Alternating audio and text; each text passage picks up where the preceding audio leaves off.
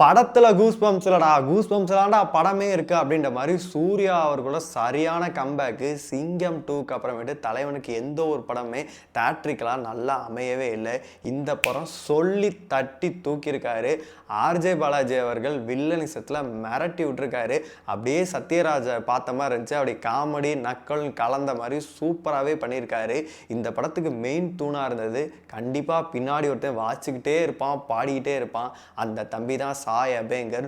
சூப்பராகவே பண்ணிட்டாரு. இந்த படம் ஏன் தெரியுமா இவ்வளோ ஹிட் ஆச்சு? இந்த படத்தை விஜய் அவர்கள் ஓகே பண்ணியிருந்தாங்க. சாரி, தமிழக முதலமைச்சர் அவர்கள் பார்த்தீங்கன்னா இந்த படத்தை வந்து ஓகே பண்ணியிருந்தாரு. இசை புயல் ஏஆர் ரஹ்மான் பார்த்தீங்கன்னா இந்த படத்தை பண்ணுறேன், மியூசிக் பண்ணுறேன்னு சொல்லிட்டு ஓகே பண்ணியிருந்தாங்க. அதனாலவே என்னவோ வந்து பார்த்தீங்கன்னா இந்த படம் பார்க்கணும் அப்படின்னு சொல்லிட்டு ரொம்பவே ஆர்வமாக இருந்துச்சு.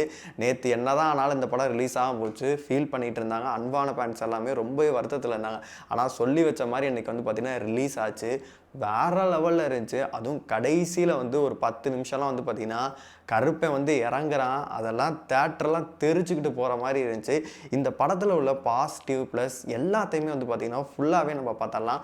ஹாய் மக்களே, நான் உங்கள் ஷாம். நிறைய பேர் வீடியோ பார்க்குறீங்க, லைக்கே பண்ண மாட்டீங்க. நீங்கள் லைக் பண்ணிட்டு பார்க்கும்போது தான் இந்த வீடியோ நிறைய பற்றி ஷேர் ஆகும். ஹைப் இருக்கவங்க ஹைப்பை கூட தட்டி விடுங்க. ஃபர்ஸ்ட் ஆஃப் ஆல் இந்த படத்தில் நடித்த கேரக்டர்ஸ் எல்லாமே வந்து பார்த்திங்கன்னா ஆர்ஜே பாலாஜி சூப்பராகவே பண்ணியிருந்தார்.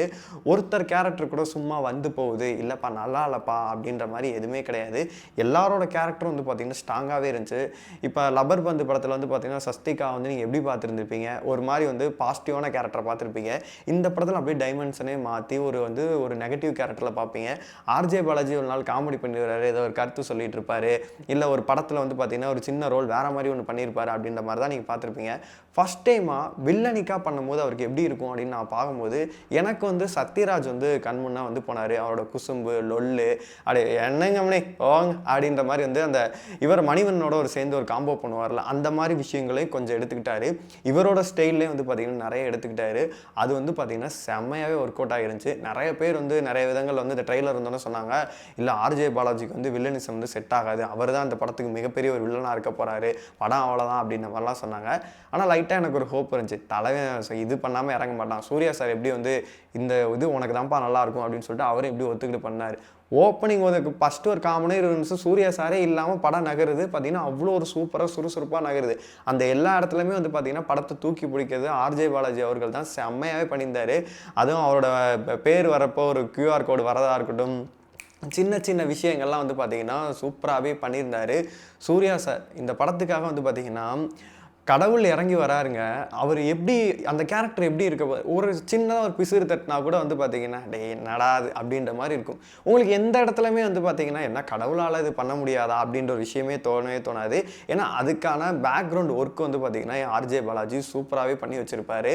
அதாவது ஒரு மெயினான ஒரு விஷயம், அதாவது கோர்ட்டுக்குள்ள நடக்கிற விஷயத்த நிறையா பார்த்தீங்கன்னா காமிச்சிருப்பாரு. அது இன்னொரு விஷயம் என்ன அப்படின்னா, கடவுளே இறங்கி வந்து நியாயத்துக்காக போராடினார்னா வச்சுக்கோங்க, அவர் வந்து சாரி கேட்டு தான் ஆகணும் அப்படின்ற விஷயத்தெல்லாம் நான்லாம் அப்பா அப்படிதான்டா நான் இப்படியெல்லாம் போயிட்டுருக்கு அப்படின்ற மாதிரி அந்த சீன்லாம் வந்து தேட்டரே வந்து பார்த்திங்கன்னா சரியான ஒரு கிளாப்ஸாக இருந்துச்சு.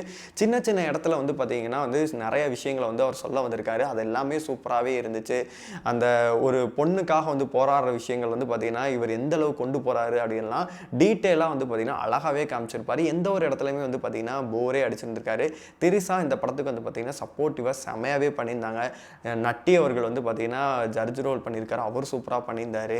ஆனால் சாய் அபேங்கர் தலைவனை வந்து சொல்லியே ஆகணும். எல்லா மியூசிக்குமே வந்து பார்த்தீங்கன்னா, ஏன்னா இது வந்து ஒரு கடவுள் மூவி மாதிரி தான் இது. இப்போ எந்தளவு காந்தாரா வந்து பார்த்திங்கன்னா ஒரு கடவுள் மூவியாக வந்து நம்ம கொண்டாடி சூப்பராக பார்த்தாமோ ஒரு புல் அரிச்சிச்சோ அதே மாதிரியான மூவி தான் இருக்கும். அது இப்போ உள்ள வெர்ஷனில் இருக்கும். அதுக்கு எந்தளவு மியூசிக் வந்து கொடுக்கணுமோ அந்தளவு பார்த்திங்கன்னா இவ்வளோ யங் ஏஜ்லேயே வந்து பார்த்திங்கன்னா தலைமை சூப்பராக கொடுத்துருந்தாரு. அப்புறம் ஜிகே விஷ்ணு அவர் பற்றி நான் சொல்லியே அவங்களுக்கு தெரியணும். ஆல்ரெடி தளபதி படத்திலலாம் பார்த்துருப்பீங்க. அட்லி அவரோட காம்போ வந்து அவ்வளோ சூப்பராக இருக்கும். அவர்கிட்ட எனக்கு ரொம்ப பிடிச்ச விஷயம் என்ன அப்படின்னா, கலர்ஃபுல்லாக இருக்கும், சூப்பராக இருக்கும். எந்த இடத்துல வந்து கரெக்டான ஷாட் வருமோ அதை வந்து அழகாகவே காமிச்சிருப்பார். நீங்கள் ஒரு விஷயம் வந்து பார்த்தீங்கன்னா எந்த இடத்துல வந்து ஐஸோடு சேர்ந்து ஒரு ஷாட் இதாகு ஆனால் அது வந்து தலைவர் ஜிகே விஷ்ணு தான். ராயப்பனுக்கு பாருங்கள் இப்படி ஒரு ஷாட் இருக்கும். அதே மாதிரி அவர் எல்லா படத்துலையும் பாருங்களேன், இப்போ வந்து ஜவானில் வந்து பார்த்தீங்கன்னா இப்படி ஒரு ஷாட் இருக்கும். அதே மாதிரி இந்த படத்துலேயும் ஒரு ஷாட்டு புல்லரிச்சு போயிடுச்சு அப்படின்ற மாதிரி இருக்கும். அதனால் தலைவர் வந்து சூப்பராக பண்ணியிருக்காரு. இந்த படத்தில் நான் என்ன நெகட்டிவாக பார்க்குறேன் அப்படின்னா, ஃபர்ஸ்ட் ஆஃப் ஃபுல்லாக வந்து பார்த்திங்கன்னா சூப்பராக விறுவிறுப்பாக அப்படியே போயிட்டு இருந்துச்சு. செகண்ட் ஹாஃப் வரும்போது வந்து பார்த்தீங்கன்னா, ஆல்மோஸ்ட் வந்து ஒரு கேஸ் முடிஞ்சிச்சு. இன்னொரு கேஸ் தான் எடுக்க போகிறாங்கன்னு சொல்லிட்டு நம்மளுக்கே ஒரு பிசிறு தட்டுது. அதில் வந்து என்ன வேலை இருக்கும் அப்படின்ற மாதிரி ஒன்று இருந்துச்சு. அப்புறமேட்டு ஒரு சில லாஜிக் மிஸ்டேக்லாம் இருந்துச்சு. இப்போ அந்த ஒரு பொண்ணை வந்து கடவுளே காப்பாற்றிருக்கலாமே அப்படின்ற மாதிரி ஒன்று போச்சு. அந்த மாதிரி நிறைய லாஜிக் மிஸ்டேக்லாம் இருந்துச்சு. இது என்னப்பா கடவுள் இப்படியா பண்ணுவார் அப்படின்ற மாதிரிலாம் ஒரு சில லாஜிக் மிஸ்டேக்லாம் இருந்துச்சு. அதெல்லாம் ஒத்தி வச்சு நம்ம பார்த்தோம் அப்படின்னா படம் வந்து பார்த்தீங்கன்னா உண்மையிலேயே சூப்பராகவே இருக்கும். எந்த ஒரு குறையுமே இருந்திருக்காது. என்னை பொறுத்தளவு படத்தை செகண்ட் ஹாஃப் வந்து பார்த்தீங்கன்னா இன்னும் கொஞ்சம் கிரிப்பாக கொண்டு போயிருந்துக்கலாம். ஃபர்ஸ்ட் ஹாஃப் வந்து பார்த்தீங்கன்னா பரபரன்னு சொல்லிட்டு கிரிப்பாகவே போயிட்டு, செகண்ட் ஹாஃப் பொறுத்தளவு வந்து பார்த்தீங்கன்னா என்ன இப்போ கடவுள் வந்து வில்லன் அழிக்க போகிறாரு அவ்வளோதானே அப்படின்ற மோட் வந்து பார்த்தீங்கன்னா நம்மளுக்கு வந்து செட் ஆயிருச்சு.